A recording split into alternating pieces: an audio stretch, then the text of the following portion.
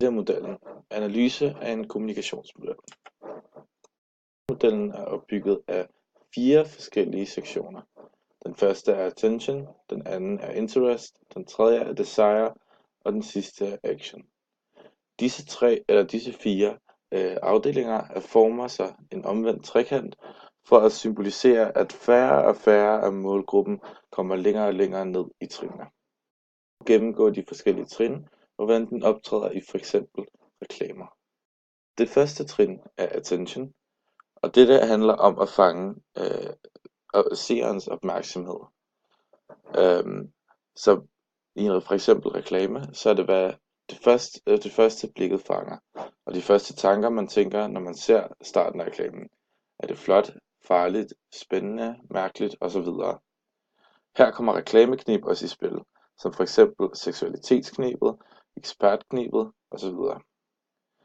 Dette fokuserer også målgruppen og skal er uinteresseret af.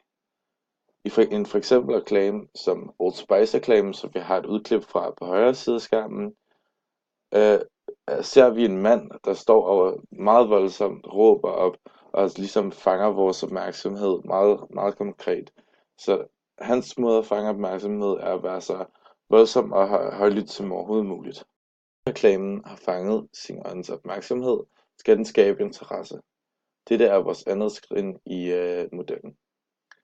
Under dette trin skal reklamen opholde opmærksomheden og forklare yderligere om produktet og hvad der sælges. Hvad er det? Hvad handler det om? Hvordan kan jeg få fat i produktet, og hvilke fordele giver produktet mig? Tredje trin er desire. Dette handler om en lyst og et ønske om at købe produktet. Og det er det, reklamen skal give under dette trin.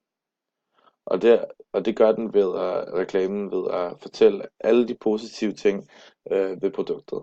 Så hvad gør produktet for seeren, og hvorfor skal seeren netop købe dette produkt?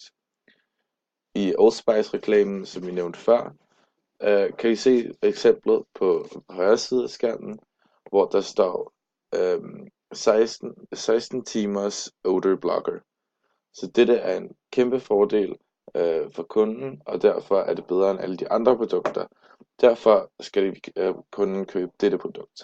Og sidste trin i AIDA-modellen er action. Dette handler om at få kunden til rent faktisk at rejse sig fra sin sofa og gå ud og købe produktet.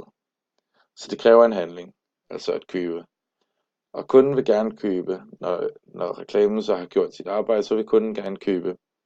Og så skal det sidste trin så vise, hvad skal jeg gøre, hvor kan jeg købe. Herunder kommer også noget branding, nogle logoer og det sidste billede af selve produktet. Denne sidste del kunne også indeholde links, adresser, telefonnummer, alle kontaktinformationer man skulle have brug for at kunne opkøbe produktet. Og her til sidst er det altså kun allerfærreste målgruppen, der når til dette punkt. Altså som vi så tidligere med den omvendte trekant, bliver der skåret flere og flere af målgruppen, jo længere ned vi kommer i trinene. Så kun de allersidste, altså for eksempel i den her reklame, er mænd blandt andet blevet skåret af meget tidligt, da det er et mandligt produkt. Og så længere og længere ned, så kommer færre og færre af målgruppen længere ned. Og til sidst er det kun en meget lille portion, som rent faktisk når til dette step i AIDA-modellen, rent faktisk at gå ud og købe produktet. Dette var en analyse af AIDA-modellen. Tak for i dag.